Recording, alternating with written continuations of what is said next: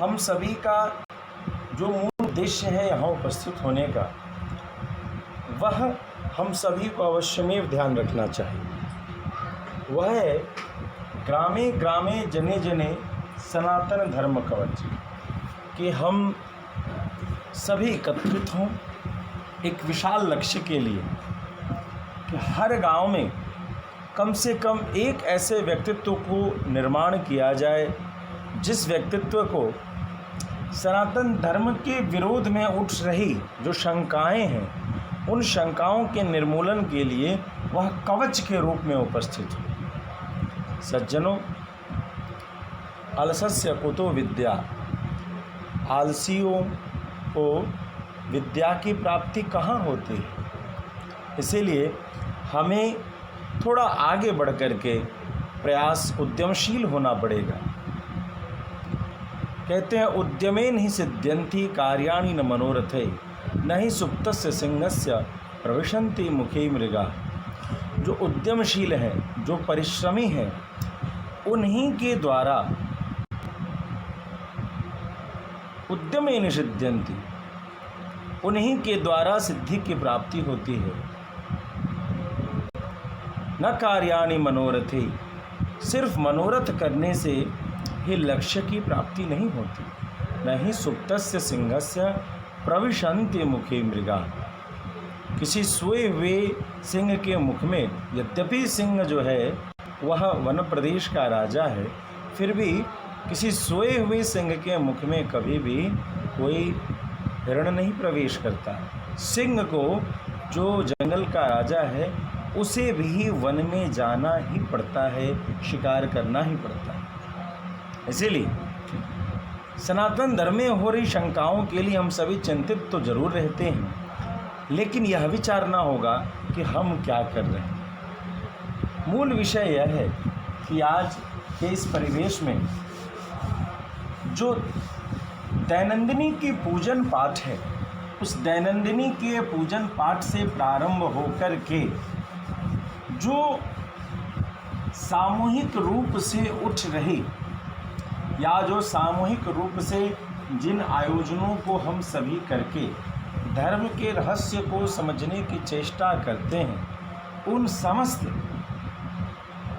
उन समस्त क्रियाओं की पूर्ति के लिए भी, उन समस्त गतिविधियों में भी हमें कई प्रकार की शंकाओं का प्रदर्शन दिखता है।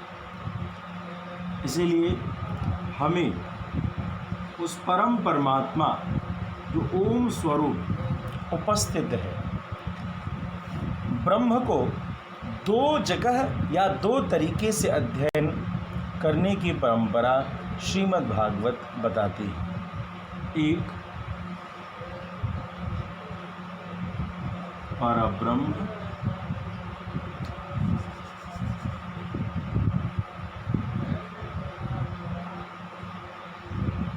और दूसरा शब्द ब्रह्म।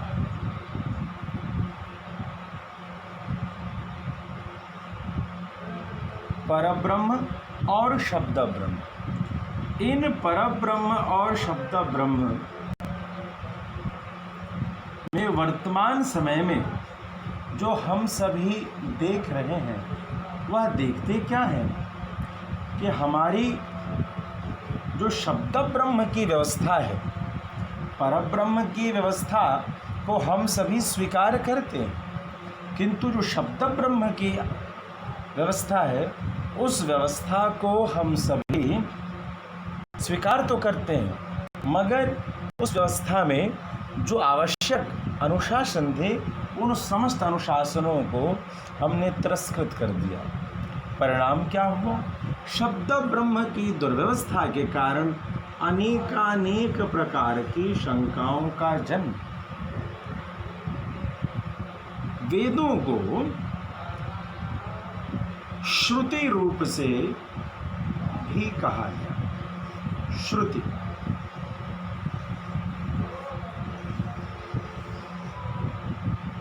वेदों ने, या वेदों के माध्यम से ही हम परब्रह्म को भी समझने की चेष्टा करते हैं, और साथ में शब्द ब्रह्म को भी समझने की चेष्टा करते हैं। लेकिन यह परब्रह्म और शब्द ब्रह्म जो उस एक परमात्मा के दो स्वरूप हैं या दो विधि हैं, उन्हें अध्ययन करने के, उन्हें समझने के, या उनके जो दो स्वरूप हैं उसको वेद श्रुतियाँ परिभाषित करती हैं और हमें समझने में सहायक करती हैं। किंतु हुआ क्या, वर्तमान समय में हमने जो श्रुति अर्थात सुन करके प्राप्त किया जाने वाला ज्ञान, अर्थात कोई न कोई वहाँ हमें श्रवण कराने वाला विद्यमान होना चाहिए। किसी न किसी आचार्य की उपलब्धता अत्यंत ही आवश्यक बताई।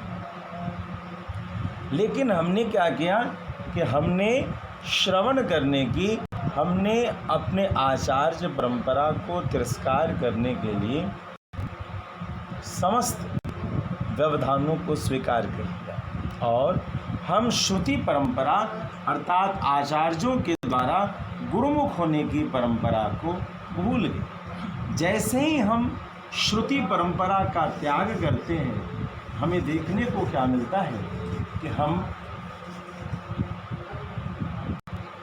शब्द ब्रह्म और परब्रह्म दोनों के रहस्यों में कई प्रकार के शंकाओं को प्राप्त कर जाते हैं। इसीलिए हमें शब्द ब्रह्म जो परमात्मा के प्रति उद्घोषित जो रहस्य हैं, उन रहस्यों को समझने के लिए भी अवश्यमेव कहीं न कहीं आचार्य परंपरा को स्वीकार और उसका सम्मान करना चाहिए। आइए अब आगे हम सभी बढ़ते हैं।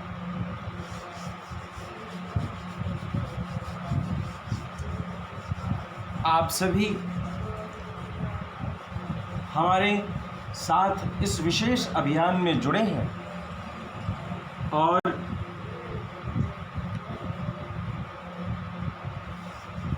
कहते हैं कि अग्नि के प्रारंभ में एक चिंगारी का ही दर्शन होता है, लेकिन उसे सूखे सूखे घास इन सबों की प्राप्ति होता रहे तो वह गए दिन दूर नहीं, जब वह अग्नि बढ़ती चली जाती है, बढ़ती चली जाती है। तो इस ज्ञान के प्रकाश को भी यह चिंगारी के रूप से हम प्रस्फुटित कर रहे। आप सबों से निवेदन, उसमें समय समय पर तिनका देते रहेंगे कि यह अग्नि, यह तेज, यह प्रकाश आगे बढ़ता है। अब हम विचार करेंगे कि शब्द ब्रह्म के कारण हुआ क्या, गुरु परंपरा के तिरस्कार के कारण हुआ क्या। उपासना के दो विधान दिखाई दिए। ये मनमुखिता, यह श्रृंखलाबद्ध तरीके से प्राप्त अध्ययन की व्यवस्था को उच्छृंखलता के कारण त्याग देने के कारण परिदृश्य क्या बना। तो आइए इसे समझते हैं। जो हमारी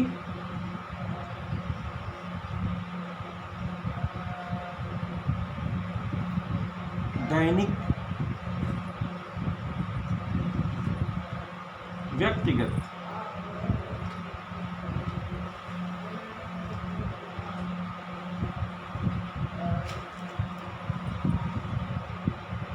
जो हमारी दैनिक व्यक्तिगत साधना रही,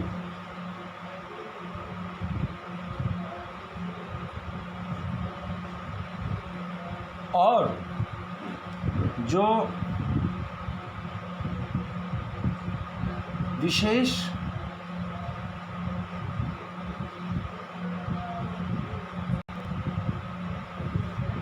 सामूहिक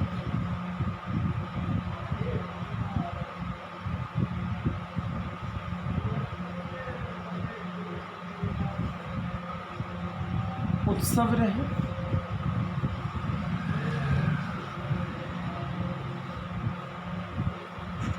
इन दोनों में हमने देखा क्या कि अशुद्धि के कारण दैनिक व्यक्तिगत साधना भी भ्रम और शंकाओं में घिर गया। वहीं पर विशेष सामूहिक उत्सव, इसमें भी कई प्रकार के दोषों का दर्शन हमें होता है। दोनों में कारण क्या हुए कि आचार्य परंपरा को ध्वस्त कर दिया गया, किंतु परब्रह्म की सत्यता उपस्थित रही। आचार्य परंपरा के ध्वस्तीकरण के कारण, गुरु परंपरा को तिरस्कार करने के कारण दिखा क्या कि हर व्यक्ति उस परम परमात्मा को स्वीकार करके दैनिक व्यक्तिगत साधना में तो वह प्रवेश करता है, लेकिन साधना किया कैसे जाए, यह उस शंका से प्रतिपल ही वह जूझता रहता है। प्रतिपल ही वह इस शंका में डूबा रहता है। परिणाम स्वरूप उसके मन में कई शंकाएं उपस्थित रहती हैं। वह आपने देखा होगा शहरों में कि जब मंदिर बनाने जाता है तो उसने प्रारंभिक सीढ़ी में ही अपने आचार्य से यह तो समझा नहीं कि पूजन उपासना किस दिशा में बैठ के करना चाहिए। बाजार से किताब लिया और उपासना शुरू कर दी। क्या आवश्यकता है किसी गुरुजन से आज्ञा लेने की, दीक्षा लेने की, प्रारंभ करने की। परिणाम क्या दिखा कि जब वह घर बनाता है तो वह इसी शंका में रहता है कि किस दिशा में बैठ करके पूजन करूँगा। सालों तक उसने पूजन किया और बनाया उसने मंदिर, लेकिन आज जब एक नूतन घर में वह मंदिर को विराजित करने जाता है, उसे संज्ञान ही नहीं होता कि वह करेगा क्या। परिणामतः वह दैनिक व्यक्तिगत साधना में शंकाओं से जूझता रहता है।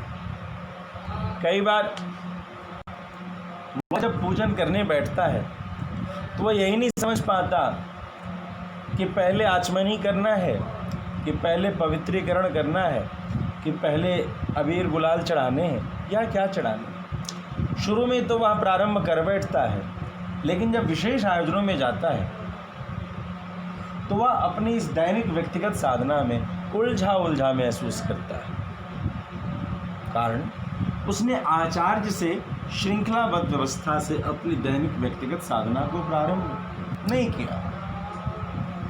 शुरू में छोटे छोटे स्तोत्रों का तो वह गायन कर लेता है, लेकिन बहुत दिनों बाद जब उसकी रुचि आगे बढ़ती है तो वह पुनः सशंकित हो जाता है और वह उच्चारण के भय से कि मैंने तो किसी से सीखा नहीं, तो उच्चारण की शुद्धि अशुद्धि के कारण जब उसे यह संज्ञान होता है कि उच्चारण अशुद्ध होने से फल की प्राप्ति नहीं होती या वही मंत्र, वही स्तोत्र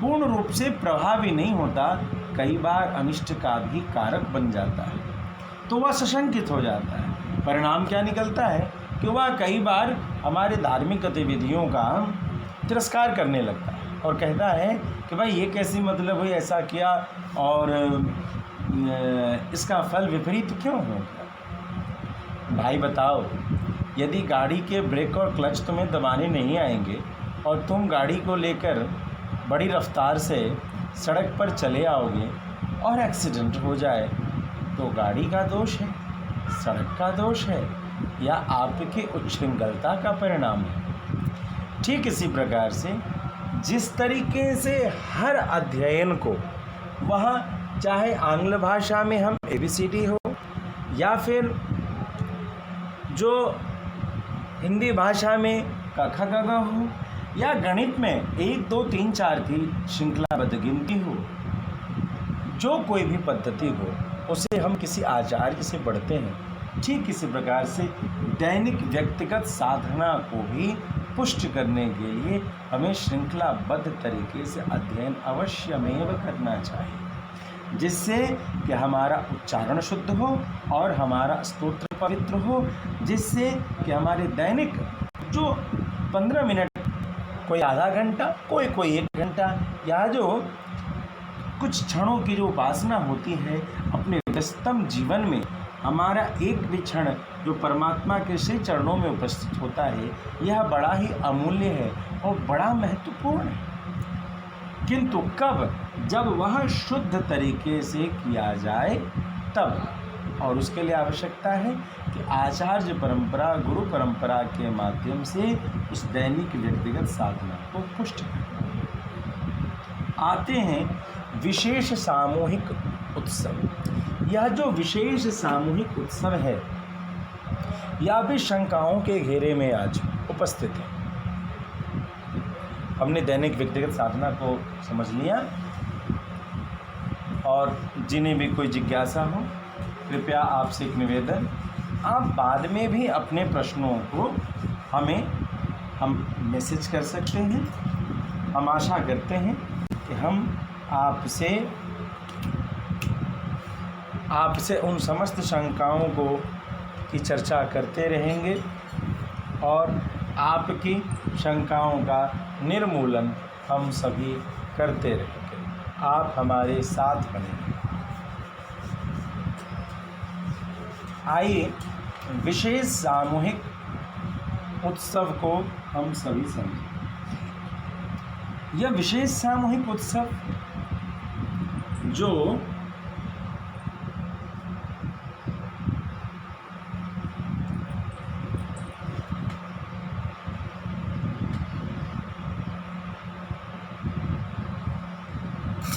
व्यासपीठ से सुशोभित होते हैं।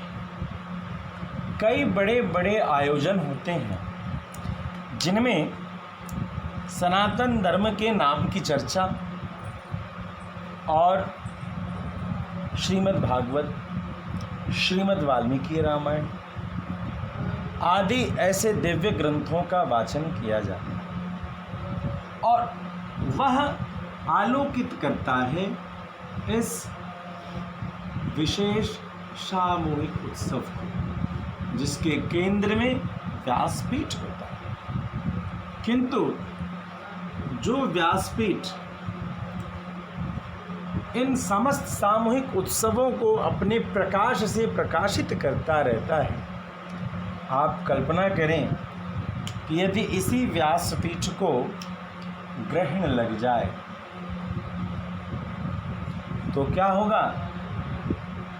ये ग्रहण के प्रभाव समस्त रूप से इस सामूहिक आयोजन के महोत्सव को आलोकित कर लेगा और इसे घेर करके इस संपूर्ण सामूहिक महोत्सव में ग्रहण का प्रभाव दिखेगा।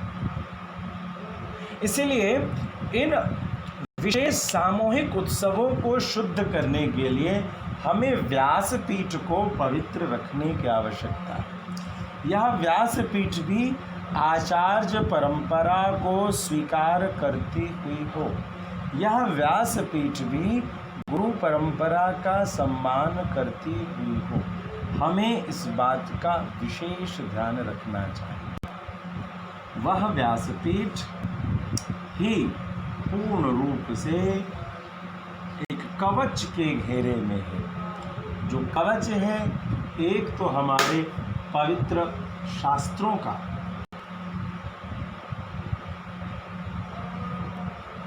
और दूसरे तरफ से वह गुरुजनों के माध्यम से, आचार्य परंपरा के माध्यम से सुरक्षित है।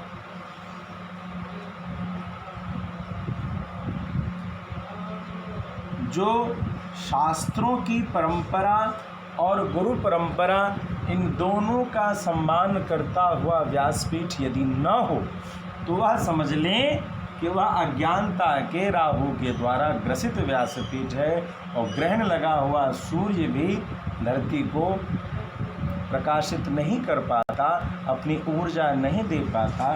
तो अज्ञानता के ग्रहण के द्वारा जो व्यासपीठ ग्रसित हो जाए, वह कैसे वह व्यासपीठ जो सनातन धर्म की बहुत महत्वपूर्ण स्तंभ है, विशेष सामूहिक उत्सव, इनको संबल कैसे प्रदान कर सकते? परिणामतः अपरिपक्व अदूरदर्शी व्यासपीठ के कारण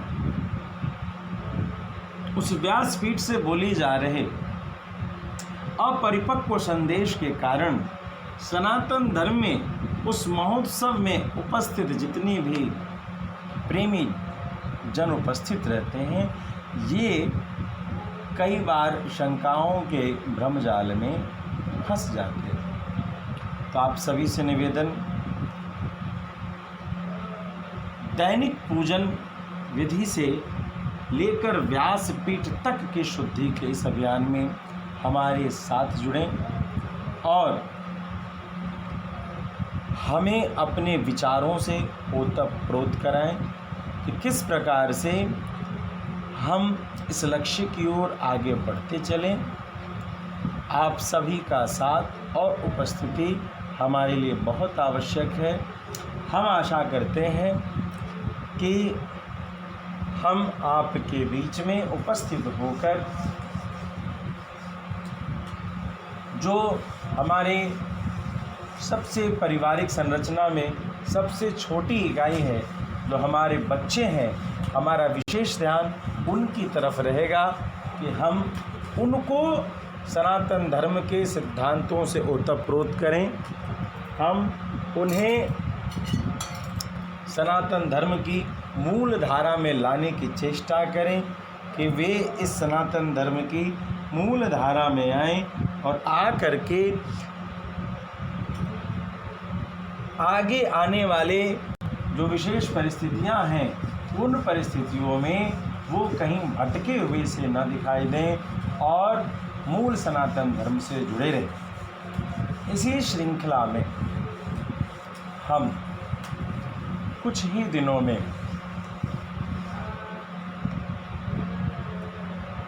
आपको बताऊं, संभवतः हमारी कोशिश रहेगी कि प्रत्येक रविवार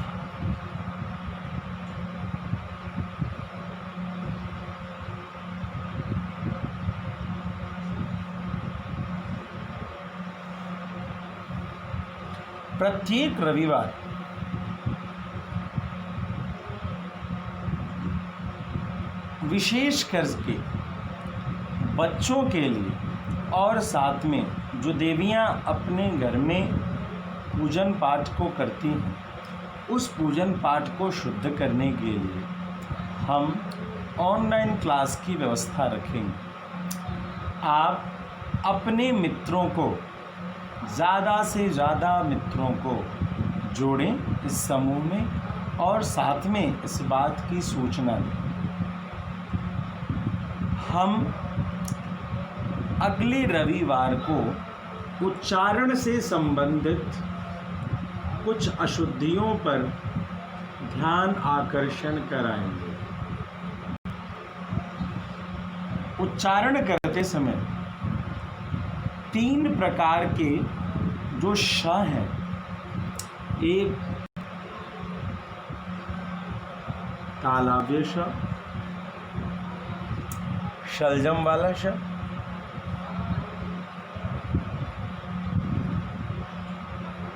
मूर्धन्य श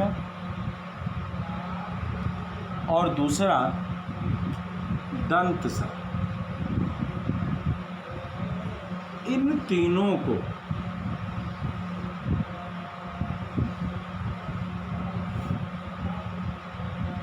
कैसे शुद्ध उच्चारण करें, कैसे इन तीनों के उच्चारण में भेद प्रदर्शित करें, इसकी चर्चा हम सभी अगले रविवार को करेंगे। समय आपको उस जगह पर निर्देशित कर दिया जाएगा।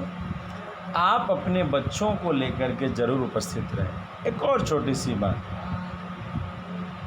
हमारे जो श्रोतागण जो प्रौढ़ हैं, वे सोचते होंगे कि भाई ये तो हमने नर्सरी में पढ़ लिया, लेकिन आप एक प्रैक्टिस करो, आपको एक होमवर्क देते हैं।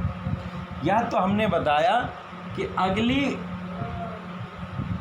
रविवार को तालव्य श, मूर्धन्य श और दंत स, इन तीनों के उच्चारण प्रभेद पर, उच्चारण की शैली पर हम आपको लाइव आएंगे, आपसे बात करेंगे, आपकी शंकाओं को सुनेंगे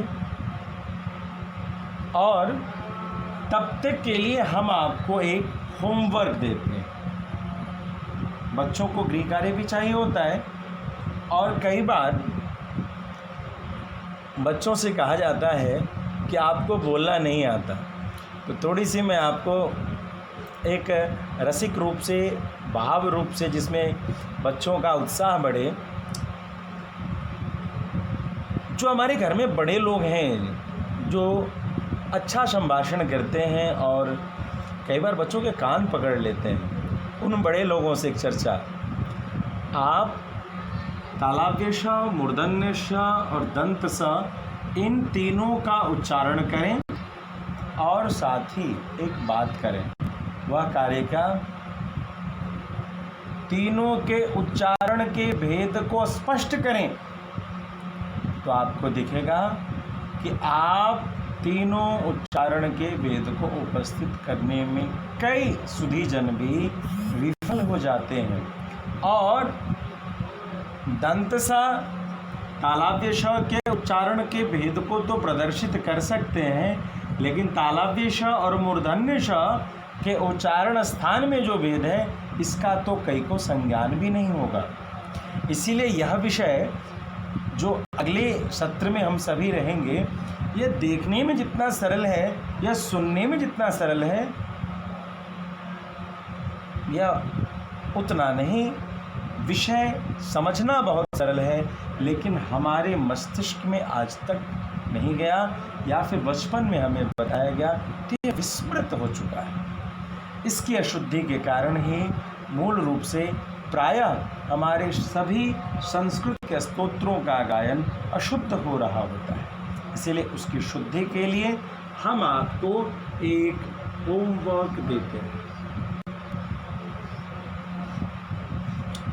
जब शिक्षा होगी, क्लास चलेगा, होमवर्क भी मिलेगा। होमवर्क तालाव्य श, मूर्धन्य श और दंत स, इन तीनों श, श, स के उच्चारण भेद को समझें, कोशिश करें और चिंतित न हो। अगली रविवार को हम आपसे मिलेंगे और इन तीनों के उच्चारण भेद को आपसे ज़रूर साझा करेंगे।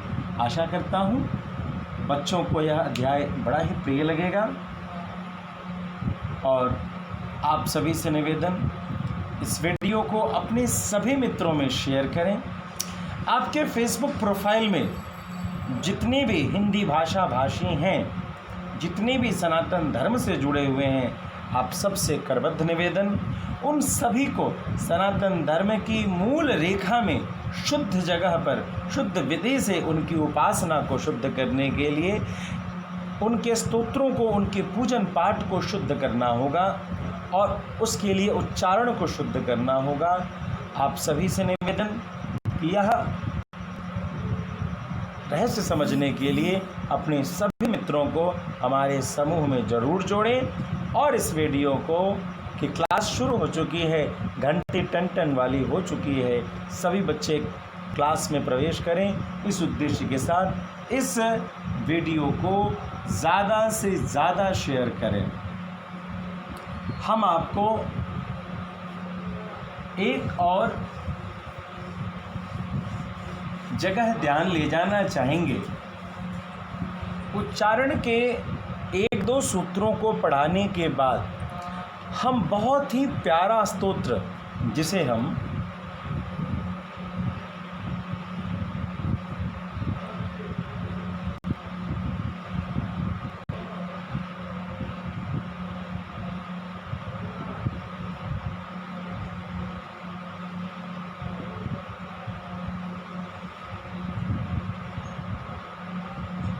मधुराष्टकम कहते हैं। इस मधुराष्टकम का शुद्ध उच्चारण हम आपसे कराएंगे। विशेष करके जो छोटे छोटे बच्चे हैं, मधुराष्टकम में आद्य जगतगुरु शंकराचार्य ने छोटे छोटे शब्दों से बहुत ही मधुर पद की रचना की है। इसीलिए बच्चों को यह मधुराष्टकम तो समझ लीजिए कि यूँ याद हो जाएगा। और संस्कृत के शुद्ध शब्दों का कोश भी बढ़ेगा। भगवान को भी उपासना करते समय नित्य प्रति जब बच्चे मधुराष्टकम का पारायण करेंगे तो घर में भी वातावरण अति मंगल मांगल्यता से युक्त होगा। उच्चारण की शुद्धि करने के बाद, उच्चारण के 1-2 सूत्रों को बताने के बाद हम सबों का विषय होगा मधुराष्टकम। तो तब तक आप सभी 1 सप्ताह में तालाब्य श, मूर्धन्य श और दंत स, इन तीनों के उच्चारण के भेद को समझें, उच्चारण स्थली पर ध्यान आकर्षित करें और न हो तो परेशान न हो। हम आपके साथ अगले रविवार को पुनः बैठेंगे। तब तक के लिए जय श्रीमन्नारायण।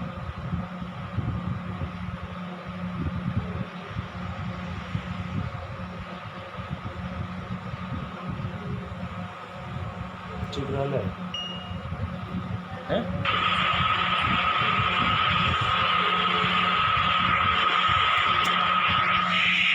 इतबार के सभी को जय श्री।